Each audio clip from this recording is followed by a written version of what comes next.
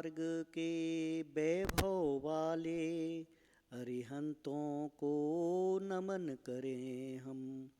नित्य निरंजन आनंद दाता सिद्ध प्रभु को नमन करें हम। पंचाचार विभूषित गुरुवर सूर्य गुरु को नमन करें हम। शास्त्र प्रकाशे ज्ञान प्रकाशे उपझायों को नमन करें हम। आत्म ध्यान में लीन निरंतर सर्व साधु को नमन करें हम।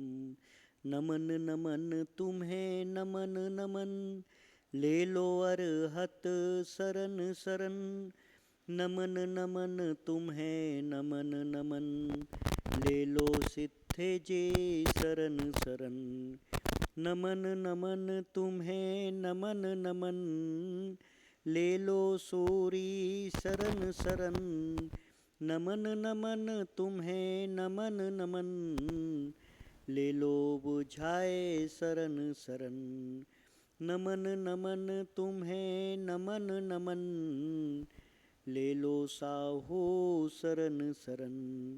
पंचाचार विभूषित की जो श्रद्धा भक्ति उर्धारे ऐसे पंच परम पद धारी हम सब को भी मोक्ष दिलाएं।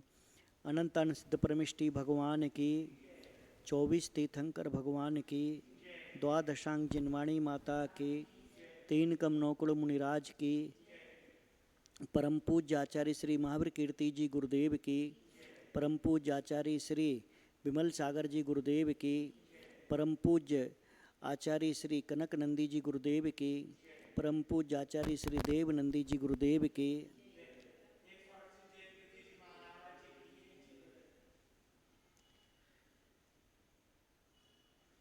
जीवन में इस जीव ने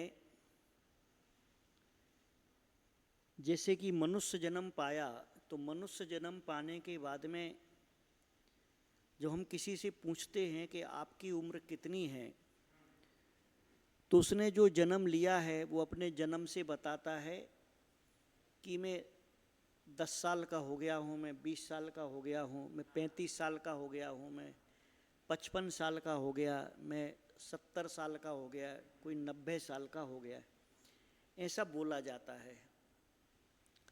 परंतु एक दृष्टि से तो ये सही है कि भाई एक पर्याय की मनुष्य जन्म की आपकी इतनी उम्र हो गई, परंतु इसके बाद उसका अंत भी होता है। तो अब किसी से पूछो भाई वो कितने साल के थे जो चले गए, तो कोई बोलता वो 55 साल के थे चले गए, कोई बोलता वो 85 साल के थे चले गए, कोई बोलता वो 110 साल के थे चले गए, कोई बोलता वो 45 साल में चले गए। तो ये जो है ना, ये तो एक जन्म और एक मरण हो गया, एक पर्याय का। माने अब जीव तो अनादि काल से है, तो अनादि काल से ये जो जीव है, इसने ये जो जहाँ से आकर के इसने जन्म लिया था ना, उसके पहले और किसी पर्याय में था, वहाँ जिंदा था। अब वहाँ जिस पर्याय में जिंदा था वहाँ से मर के यहाँ आया, और वो जिस पर्याय में था वहाँ और कहीं से मर के आया होगा, फिर उसके पहले और कहीं से। अब इसका कोई ऐसा नहीं है, गिनती नहीं है। और संसारी अवस्था में जो जीव है, संसारी अवस्था में यह जीव जब तक रहेगा तब तक, क्योंकि यहाँ से जो मरा है फिर कहीं और जन्म लेगा, फिर और कहीं जन्म लेगा, फिर जन्म लेगा यानी मरेगा। तो ये जो जन्म और मरण का चक्र है, इसे चक्र कहा गया है, इसे जाल भी कहा गया है। ये जन्म जरा मृत्यु का जाल।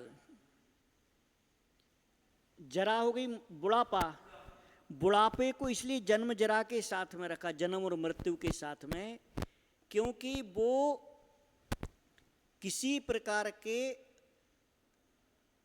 अधिकांश लोगों के द्वारा उस अवस्था में कोई बड़े अच्छे काम नहीं हो पाते। माने जो किया धरा है जिंदगी भर बस उसका ही संस्कार या उसके अनुसार वो जीवन चलता रहता है।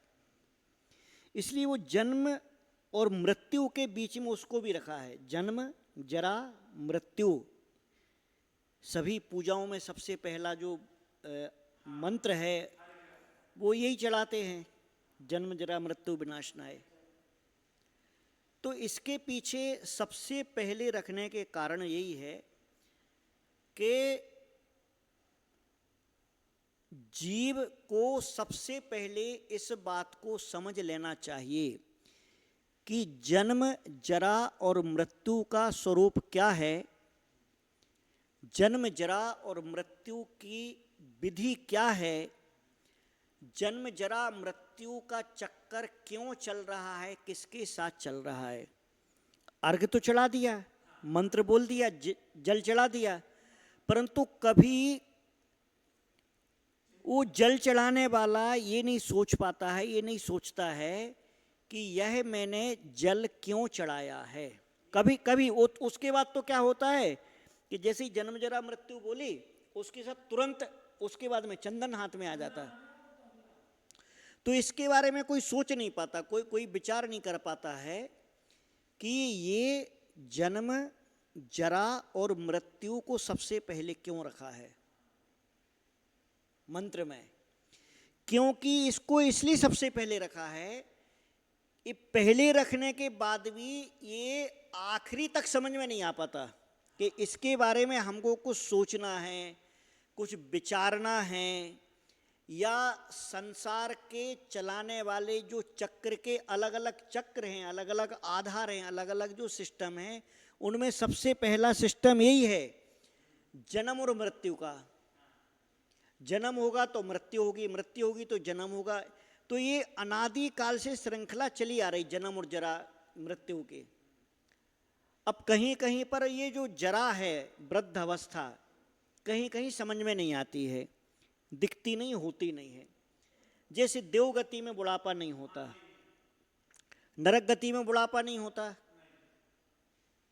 परंतु वहां जन्म भी है और मरण भी है। नारकियों को ना तो वे बूढ़े होते हैं ना उनको बुढ़ापा आता है, वहाँ व्यवस्था ही नहीं है। वहाँ तो जन्म लिया और 48 मिनट के अंदर तैयार हो गए मरने मारने को, दुखों को पाने के लिए। इसी प्रकार से देवगति में भी वहाँ उनने जन्म लिया और भोग उपभोग को तुरंत तैयार हो जाती, वहाँ पर वृद्ध अवस्था नहीं आती। भोग भूमिया जीवों को भी बुढ़ापा नहीं होता। भोग भूमि में जो रहने वाले मनुष्य हैं उनको भी बुढ़ापा नहीं होता है। वे जन्म के बाद में जैसे युवा रहते हैं उसी अवस्था में मरण को प्राप्त होते हैं। अब ये जो वृद्ध अवस्था की बात है, ये एक तो मनुष्यों में है और दूसरा त्र्यंचों में है। उनमें भी जो एक इंद्रिय से लेकर के 4 इंद्रिय आदि के जो जीव हैं उनमें तो बुढ़ापे का कोई काम नहीं है। सम्मूर्छन है, होते हैं, मर जाते हैं, उनका टाइम लिमिट रहता है। ये संगी पंचेंद्रिय जो जीव होते हैं इनमें इनकी अवस्था बदल सकती है, इनमें इनकी अवस्था बदलती है। जो आकाश में उड़ने वाले हैं, जल में रहने वाले हैं, या फिर पृथ्वी पर चलने वाले हैं, इन जीवों में ये बुढ़ापे का कॉन्सेप्ट, वृद्ध अवस्था का कॉन्सेप्ट है। तो पशुओं में भी वृद्धावस्था बताई है और मनुष्यों में तो होती है। अब ये जो पूजा की जा रही, ये पूजा कौन कर रहा है? पूजा कर रहा है मनुष्य।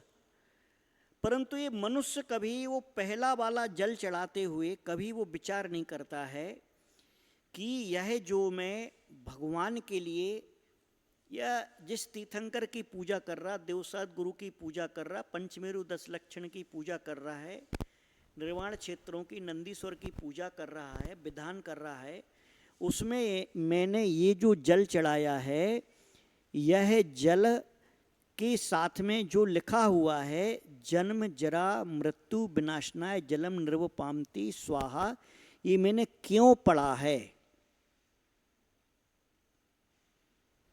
इसके पीछे क्या संबंध है कि इसे सबसे पहले रखा है।